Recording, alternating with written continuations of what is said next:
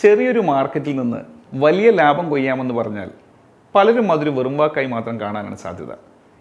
എന്നാൽ ആ ചെറിയ മാർക്കറ്റിൽ മുഴുവനും നിങ്ങളുടെ കറക്റ്റ് ടാർഗറ്റ് ഗ്രൂപ്പിൽ പെടുന്ന ആളുകൾ മാത്രമാണെങ്കിലോ? നമുക്കറിയാം, മാർക്കറ്റിങ്ങും അഡ്വർടൈസിങ്ങും ഒക്കെ ഒരു പരിധിവരെ കാടടച്ചുള്ള വെടിവെപ്പാണ്.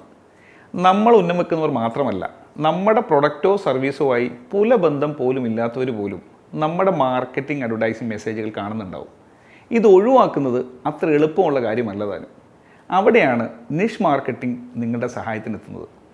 നമുക്ക് വേണ്ട കസ്റ്റമേഴ്സിനെ ജിയോഗ്രഫി, ഇൻട്രസ്റ്റ്, ഏജ് ഗ്രൂപ്പ് തുടങ്ങിയ കാര്യങ്ങൾക്കനുസരിച്ച് ടാർഗറ്റ് ചെയ്യുകയും ഈ ഗ്രൂപ്പുകളെ റീടാർഗറ്റ് ചെയ്യുകയാണ് നിഷ് മാർക്കറ്റിങ്ങിൻ്റെ ആദ്യപടി. ഉദാഹരണത്തിന്, കൊച്ചിയിലുള്ള 45 വയസ്സ് കഴിഞ്ഞ വെജിറ്റേറിയൻ ഭക്ഷണപ്രിയരെ വീണ്ടും സൗത്ത് ഇന്ത്യൻ, നോർത്ത് ഇന്ത്യൻ രുചികളുടെ പേരിൽ തരംതിരിക്കാം.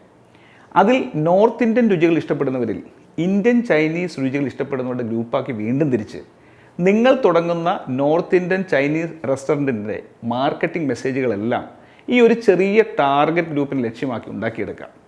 സാധാരണക്കാർക്കറിയാത്ത ആ വിഭവങ്ങളെക്കുറിച്ചും പാചക രീതികളെക്കുറിച്ചുമൊക്കെയുള്ള മെൻഷൻസ് നിങ്ങളുടെ കൃത്യം ടാർഗറ്റ് ഗ്രൂപ്പിനുള്ളിൽ നിങ്ങളുടെ ക്രെഡിബിലിറ്റി വളരെയധികം വർദ്ധിപ്പിക്കാൻ സഹായിക്കും.